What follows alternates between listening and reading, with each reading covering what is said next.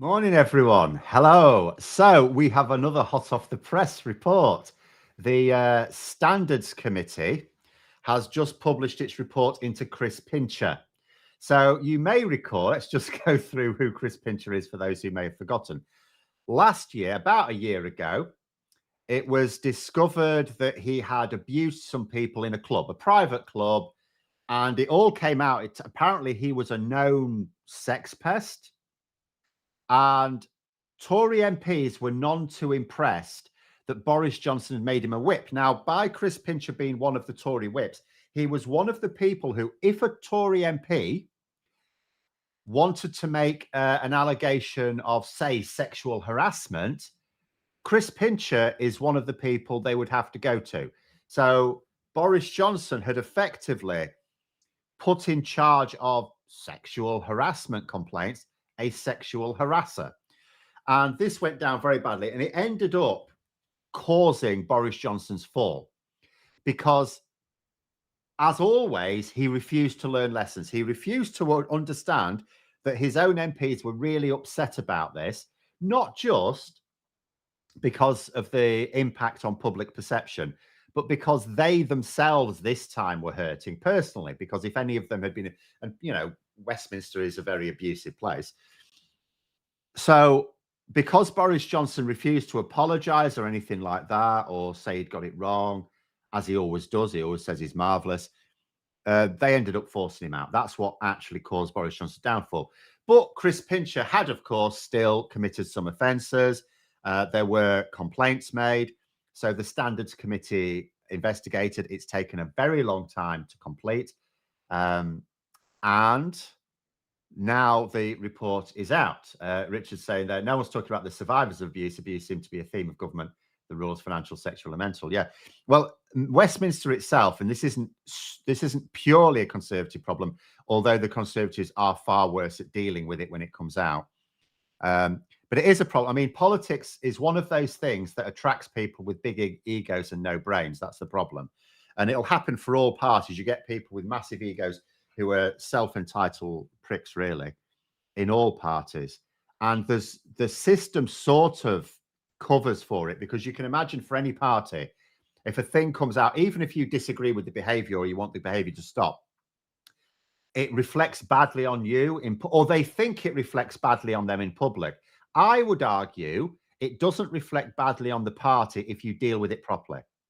So if credible complaints are made, if the party deals with it properly instead of tries to cover it up for fear of their public reputation, I would suggest their public reputation is enhanced because they're dealing with it, and it's no fault of the party, as long as they don't try and cover it up. But anyway, Pincher obviously had a bit of a reputation. That's what seemed to emerge. And it had not only been covered up, but Boris Johnson put him in that senior position. So it's careful, Philly. I'll be risk at sending Boris Johnson to sleep. I should like to send Boris Johnson to prison. But so the report is out now. I've been having a little read of it. It's actually quite shocking, some of the things in it. We'll make sure there's a link in the description below for people watching later on. But it culminates. I'll read through. So I'm sure people have seen the news. It culminates in a recommendation of an 8-week suspension, which means that a recall petition. Well, first of all, in theory, MPs have to vote in favour of it. There's another 2 weeks until the summer recess. So this will be laid before Parliament to vote on. Parliament is, of course, going to vote in favour of this. The Tories don't want to suppress this. In fact, the Tory MPs are some of the most upset people about this behaviour. So there's no way they want to save him at all. So they will absolutely vote in favour of this. He'll get his 8-week suspension, and then a recall petition will be triggered, which will run through summer. But just to read in the last bit where it goes over. So what the committee do, remember, I'll just point out as well, this is the Standards Committee. It's a little bit different to the Privileges Committee. The Privileges Committee investigates breaches of the ministerial code. So they were reporting on Boris Johnson. This one is for MPs in general, whether they're ministers or not. It's to do with parliamentary standards. And the committee itself comprises the MPs of the Privileges Committee, plus lay people as well. In other words, non-MPs. and the Standards Commissioner, the head of the commission, is not an MP. So it deals with parliamentary standards.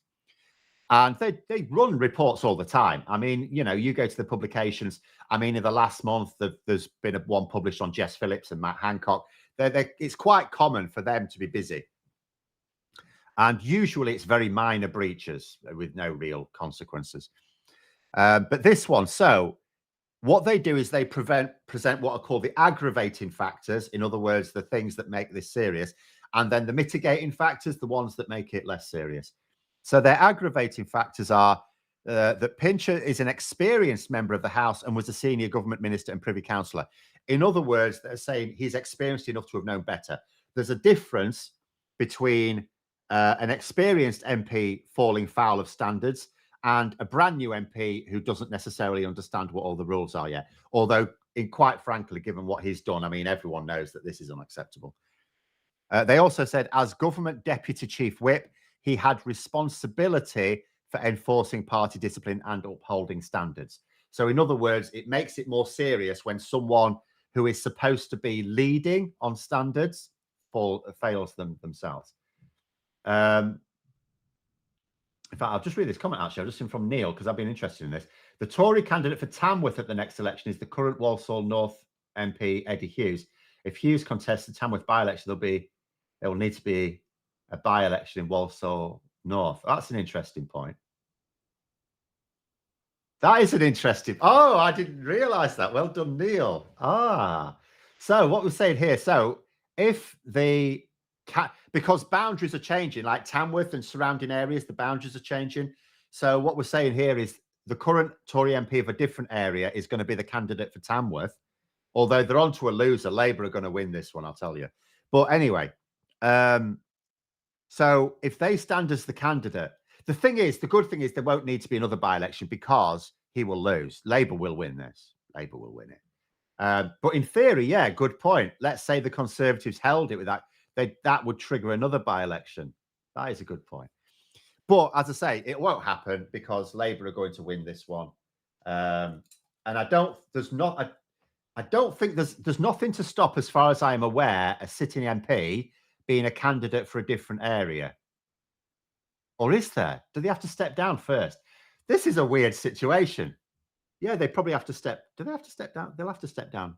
Or can they wait to see if they win and then resign from the other seat? Because as soon as you win, you're not automatically an MP. You have to go to Westminster and give your oath and all the rest of it. So you're not straight away an MP. You have to be made an MP. So I'll have to look it up. I imagine you can still, you just resign before you take up your new position. Messy then, messy. But anyway, the next aggravating factor is Mr. Pincher's behaviour has had a significant impact on the two individuals concerned. So I've been reading some of their witness statements, and at least one of them is saying it's very badly affected them. So he has caused lasting damage. There was more than one instance of this behaviour on the evening in question.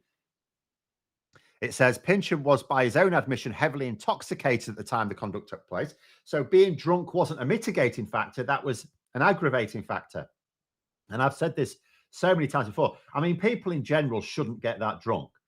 But I would argue that MPs really shouldn't get very drunk at all. I would argue, I mean, as a teacher, I always felt I should not. I actually used to drink quite heavily as a student, as a young lad.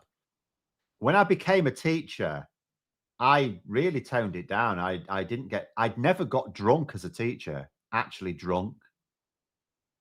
As a trainee teacher, I did. But as an actual teacher, I never got drunk. I've never been drunk since being a student. I have sometimes drunk. But yeah, there's certain positions where you just don't get yourself so far gone that you don't know what you're doing. Then it says Mr. Pincher's behaviour represented an abuse of power as he was in a position of authority. Then there were some mitigating factors. They said he'd expressed genuine contrition, and in his submission to this committee has offered an apology to those affected. We don't know whether it's genuine or not, but he's at least done that. Not everyone does.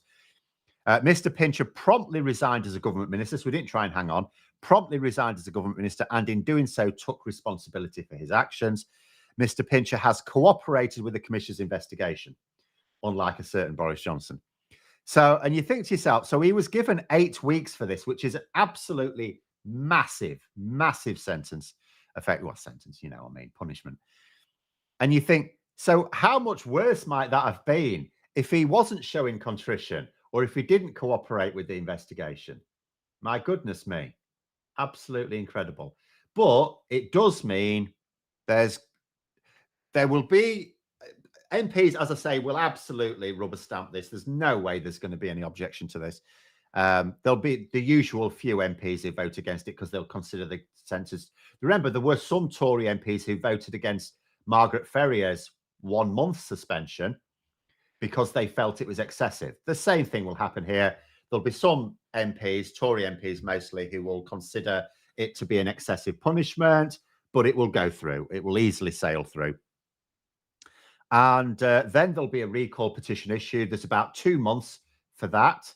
And if 10% of Tamworth's constituents sign it, then there'll be a by-election. Now, when the by-election is quite interesting because the boundary changes have been set. They're not in place, but they have been finalised. And I think they come in sometime in October. Now, if we think about the timing of this, so this petition will run through summer. Labour will get supporters to turn out and sign it quite quickly because they want it done ASAP. But the Conservatives, because it's their seat, they get to decide when the by-election should take place within a reasonable time frame. They get to decide. I don't think they'll rush with this one. I think they'll wait for the new boundaries to come online, which I think happens sometime in October. And the reason for that is the new boundary changes do help them a little bit. But only a little bit. Labour would still be expected to win it. And when you consider that Labour at the moment are campaigning pretty well and the Conservatives are campaigning very poorly. I noticed Greg Hans got his joke letter out again yesterday. Oh, do you remember when Labour said they left the country with nothing? I haven't seen that for weeks. That's been out again. So, yes, it's very likely the recall petition will succeed. Very likely to be a by-election. I would estimate then late October, maybe even November. It might even happen at the same time on the same day as Nadine Dorris's Mid-Bedfordshire one, depending on when she resigns. It could be that Chris Pincher actually steps down himself. I ought to check on the news because it is entirely possible that he just decides to resign, that he decides not to go through the recall petition. He may actually just resign as an MP. That is entirely possible, particularly as Neil said, he's not even going to be the Tory candidate for the next election anyway. So he may just decide to step down now. But there we go. By appointing Pincher, Johnson was trying to normalise sexual abuse in Parliament. I mean, I don't think he was trying to normalise it. I think he just didn't care. I think that's all it was to it. He just didn't care. Chris Pincher was an ally of his. He wanted to appoint allies to these positions. And you know, and you do. Obviously, any leader wants your whips are obviously there to enforce party discipline. So they need to be stalwart allies of yours. But he just didn't care about the other factors. He viewed when he gave out positions, particularly senior positions, the only criteria for them was must be loyal to big dog. That was it. Anything else was not even a consideration. Boris Johnson, no consideration for anything like that. I mean, put it this way, I don't know exactly what Boris Johnson's own experience was, but should we consider that Boris Johnson is an Etonian? So he went to one of those stupid, posh private schools where sexual abuse is fairly rife. And it's sort of almost considered like a rite of passage. You know, so people that come through that, you can see how they don't even view sexual abuse as sexual abuse. They just consider it, it's just the rough and tumble, isn't it? So he doesn't give a crap.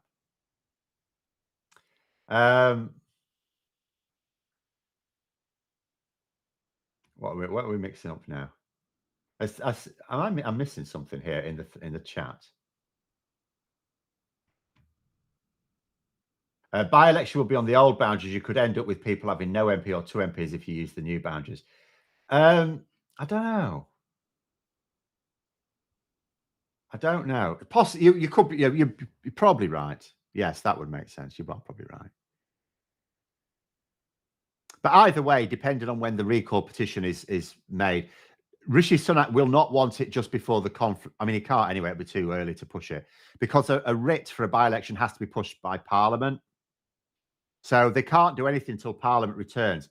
There was a little rumor that Parliament might not even return in September. I hope it's just a rumor.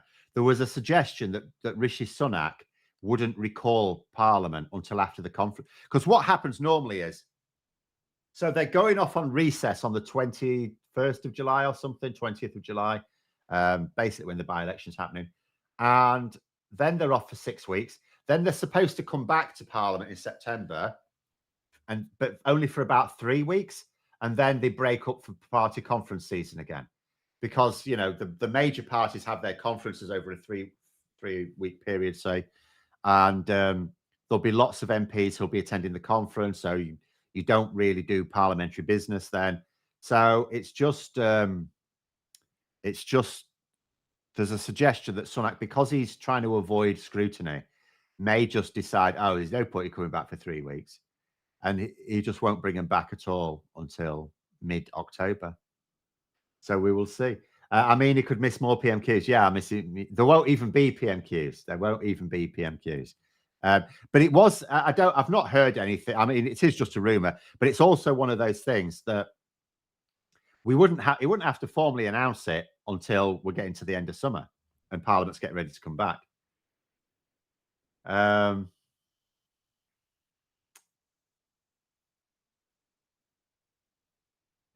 What was the name of the report for the protection of children that Scotland passed and Johnson blocked? That Johnson blocked? I'm not sure.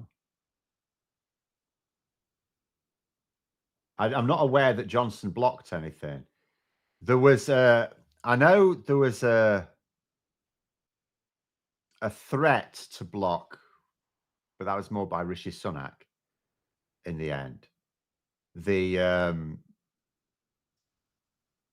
was a bill related to trans issues, wasn't there? The gender reform bill. But that's more Sunak. But must be thinking of something else. I'm not aware that Johnson did block one. I might have to look that up then. Copperbird saying probably why he turned a blind eye to Patel and Raab. He turned a blind, literally, with Boris Johnson, he is really not a very complex character at all. He just wanted power. Didn't want to do anything with it. He just wanted power. He just wanted to be big dog.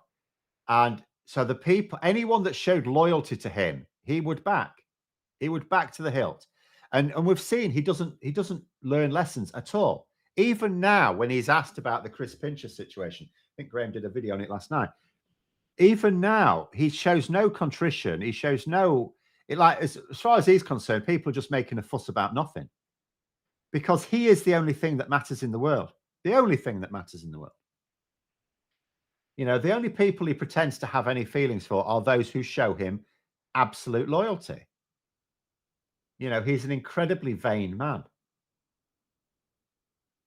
Perhaps even worse, his behavior actually endears him to certain people.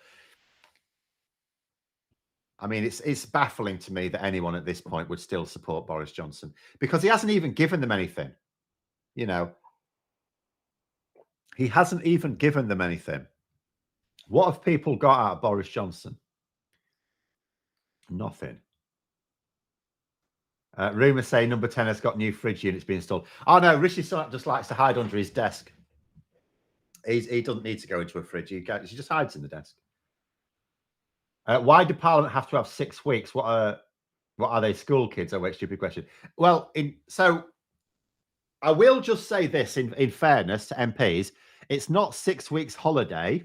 It's 6 weeks where Parliament isn't in session. So MPs should then be expected to go and work in their constituencies. Remember, when Parliament's in session, now most MPs are not actually going to be in 5 days of the week, of course, but in theory, ministers would be. So ministers are MPs as well. So it's also time. So ministers obviously can then still be in their offices even when Parliament's in recess, but ministers are still supposed to go back to their constituencies and do constituency work. So you do sort of need recesses to allow for that to happen. And for other MPs, there might be MPs who are in Parliament quite a lot, but they also need time to do constituency work.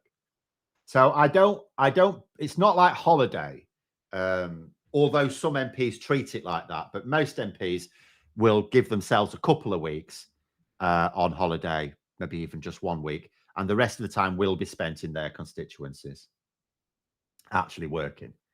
So that's fine. So the 6 weeks thing is fine, particularly as, it works out well when it coincides with school holidays as well, because MPs can also be parents. John says, Wiley Coyote forever chasing Roadrunner. He has no idea what to do if he ever catch the scrawny bird. Well, he doesn't even seem to be chasing after anything in particular. He just wanted this power. He didn't do anything when he had it other than try and cement his power. But, just like Rishi Sunak has, he didn't surround himself with the canniest operators. Like, it's a sad indictment when probably the cleverest strategist Boris Johnson pulls to him was Dominic Cummings. And Dominic Cummings was also an egotistical man who didn't always, he caused enough embarrassment to Johnson. News agents yesterday, when asked in an interview by Chris Pincher, made a snoring noise, snoring over sexual abuse. What a guy. Well, exactly. Yeah. I mean, he really doesn't care. I don't know how many more examples people need to see that Boris Johnson does not give a crap about anyone but himself. Oh, Richard's saying this child protection was passed by the Scottish Parliament. Even Tories voted for it, but it was a restricted area. And Johnson said we have to wait for England. England did not have time to pass it. I see. Okay. Right. Well, I see no reason why then that shouldn't be able to come back onto the table in a couple of years when Labour in power. Johnson reminds me of my ex-wife. He creates chaos to be the centre of attention. I think sometimes he does as well. I think sometimes he does create chaos deliberately. He even boasted about it years ago when he was just starting his his political career. He wanted to go into politics, and it was put to him, so what you're going to do when you slip up or something. And he said, or ask you awkward questions type. I can't remember the exact question, but he said, I think what my response will be is to create so many gaffes that people don't know where to focus. And people laughed at the time as if he was being funny. They didn't realize he was being deadly serious, did they? It's deliberate chaos, isn't it? He creates so many problems that you just don't know where to focus. On an almost weekly basis now, I see things in the news that under any normal government would be a national scandal. And yet, as a combination of both the Tory client media trying to cover and the fact there are so many other things to report on, they don't even get a mention. There are things I don't even get time to talk about, even though I'm sort of doing like 3 videos a day on my channel now at the moment, because there's just so much chaos going on now. And Johnson's gone and the chaos still remains. And that's why I think, I always come back to proportional representation is going to be extra important now, because Boris Johnson has pulled he's let the genie out of the bottle. There was, before Boris Johnson came along, Tories were always trying to pull a fast one, but they always felt that there was a boundary beyond which they could not go. Boris Johnson has taught them that absolutely you can. Because think about it, you can't even say, but in the end, Boris Johnson fell. The thing that caused Boris Johnson to fall was not his behavior. It was the fact that he was incapable of telling when he'd been caught. All you have to do when you get caught, own up to it. Anyone with any brains can recognize that. As soon as you bang to rights, own up to it. Don't mess about. Boris Johnson would have Like he weakened himself with the Owen Paterson scandal. He never should have done that, ever. He then further weakened himself with Partygate. When Partygate broke, if he'd have just said, yeah, these things happen. We didn't really think they were parties. We didn't really see them as parties because they were working and there was nothing against food and drink. But actually, now that I look back on it, some of it wasn't really acceptable. I apologize. If it had just come out, he could have owned up to everything and said, do you know what? Now that I look back on it, yeah, it wasn't right. It would have gone. It would have been finished with. It wouldn't have run and run. There would have been no coverage because he'd have just said sorry. And people would have gone, oh, well, you tried your best, Boris. No worries, mate. And then the rest of it would never have happened. But he didn't. He just kept insisting he did nothing wrong. Probably believed he did nothing wrong. Johnson's tactics are like, well, that's a strong word to use for Johnson. Johnson's tactics are like a fighter or bomber dumping chaff in order to deliberately confuse enemy radars. Fat Philly used that very example. Yeah. Well, that's what, but he does. You know, he creates so much mess. You know, he is he is the architect. You know, never mind throwing a dead cat onto the table. He just dumps a whole sack of them, a whole sack of drowned kittens.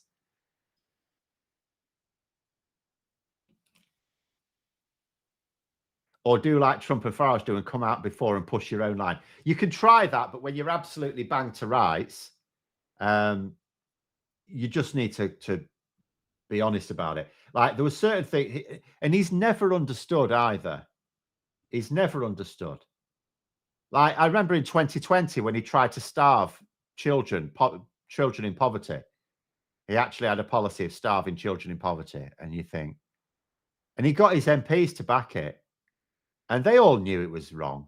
And then what happened is, so he forced them to back it, so they had to back it in public, and then he U-turned on it because of the public backlash. So then all of those Tory MPs were made to look like complete tits, because normally the way it works is this: your leader tells you to back a position that might not be all that popular, but you're years away from the next general election. So you do it, it blows over and you get away with it. But the problem is when your leader U-turns, you are on record as having backed it, but because the leaders U-turned on it, they have accepted it was a bad policy. So you are now on record as defending a bad policy. Whereas if he'd have stuck with it, it would have blown over and they could have claimed years later, well, it didn't do any harm, did it? It wasn't as bad as you thought. Whereas now it will always be as bad as people thought. And they kept doing it. They never learned lessons. Eventually, Tory MPs, coming back to the original thing here, got rid of Boris Johnson over Chris Pincher. But how many times did they allow him to gaslight them? You know, he talk about Boris Johnson gaslighting the public. He gaslit his own MPs who just kept going along with it because he was an election winner. And they didn't really, they never really understood. He wasn't an election winner, right? Look at his election wins. He won the London mayoral contest, right? Now, he was up against Ken Livingstone, right? Ken Livingstone was doing a good job of mayor of London. And Boris Johnson's campaign was failing. It was failing. And then he brought on Isaac Levidow and he turned Johnson's campaign around. He said, stop talking about all this shit. Start talking about this, this, and this. And what happened was Ken Livingstone failed to adapt to that. So Ken Livingstone's strategy failed because Boris Johnson changed his strategy and Livingstone failed to adapt to it. That's why Boris Johnson won. He got a good strategist in. He didn't win it. Levidow won it because Boris Johnson, when he was being advised by others, was losing that election. And then he won the next one, same thing. He had his strategist on board. Labour didn't get the right strategy in place. Then he goes back to Parliament. What does he win next? The 2019 general election. Again, he didn't win it. He didn't win it. His basic pitch was, yeah, the Tories have been absolutely diabolical in government, but I'll be different. He didn't win it. There was the conflict. Brexit helped him. The fact that Jeremy Corbyn was considered like the devil to a lot of people is what helped him win that. And also, if the Brexit party had stood all their candidates in those seats like they said they would, he still wouldn't have won it. So, and in fact, Boris Johnson wouldn't have even been given that general election if it weren't for the fact that opposition MPs voted for it. If they'd have just kept him in his box, if they'd have said, no, we like the fact that you don't have a majority of MPs. You could stay there losing all your votes in Parliament. We're just going to carry on until we eventually force you to go to get behind people's votes to save our membership of the EU. That would have been it. That would have been done. So he won nothing. He was never election winner. Tory MPs just fundamentally misunderstood what allowed him to win the elections. And it was much more to do with his opposition not being robust enough than it was him winning anything. As well as the fact he was advised by a very good election strategist. But anyway, there we go. Don't forget to click the like button and to subscribe to the channel, and to click check in the description below. I'll make sure we've got a link to the report as well as details on Patreon. And hope you have a very good day. And until next time, I will see you later.